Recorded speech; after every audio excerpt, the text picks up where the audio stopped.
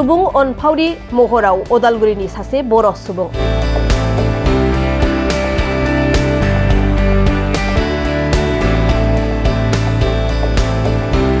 मुङा बिनि कामिनिकान्त स्वर्गियारि। गोदान बोसोरनि अनथोब महरै राननानै होदों गुदुं सि एबा कम्बल।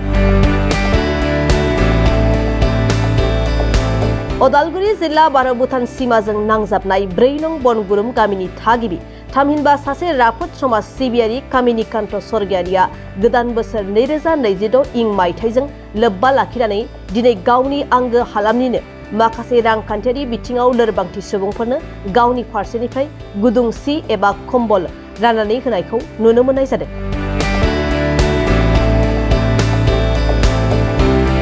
गुबुन गुबुन समफोराव बायदि समाजारि खामानिफोराव गावखौ बावसोमबोना खामानि मावनायजों लोगोसे बे बारावबो गोदान बोसोरनि मुङाव गोदै मेथाइ राननानै होनायजों लोगोसे 16 दुखुथिया सुबुंफोरनो कम्बलखौ राननानै होनाय जादों होनना फोरमायो सुबुं अनफावरि कामिनिकान्त स्वर्गियारिया।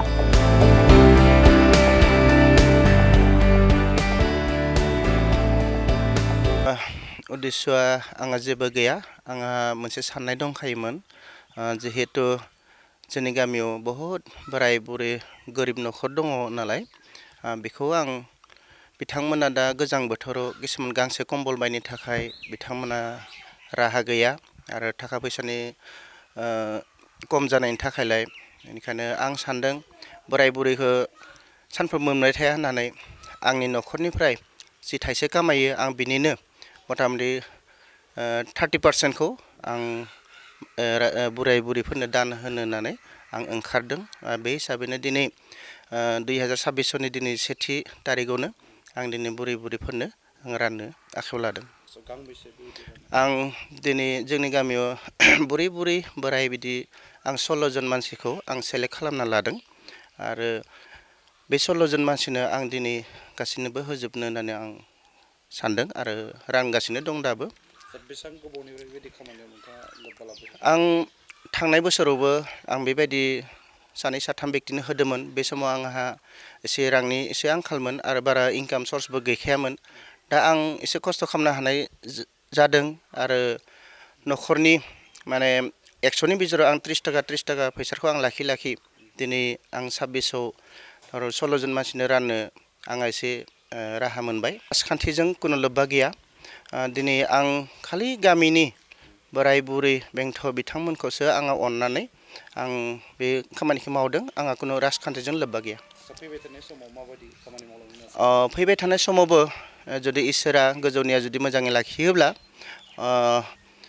आरो बेबायदिनो आरो 30 मानसिनो आं फैगोन 27आव आं रानगोन होननानै सानदों।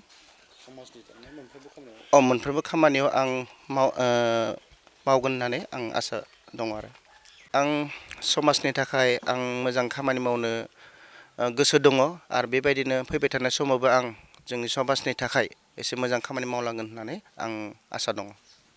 मोजां मोनो नोंथाङा? औ, समाजखौ मोजां मोनो आरो समाजनि थाखाय मोजां खामानि मावलांनो आं हास्थायदों आरो मावनो गोसो दं। जोंहा ओरैबायदि सम सफैयो मालाबा गोरिब गुन्द्रा बहुत दङ। दा बिथांमोना दिनै थाइसे थाखाबो दिहुननो हाया। जिखिनि हाजिरा थिखा मावो बिथांमोननि जानाय बा गथ' गथायखौ नायनायावनो समा थाङो। बेबायदि जि गुदुं बायनो हानाय बिथांमोना गोहो जाया। आं बेखौ लानानैनो दिनै आं जि गुदुंखौ आं राननाय जादों आरो फैबाय थानाय समावबो आं समाजनि मोजां मावनानै गथ' गथाय बा बोराय बुरै बेबायदि आं आरो अनसुंथाइ होबावगोन होननानै आं आसा दं।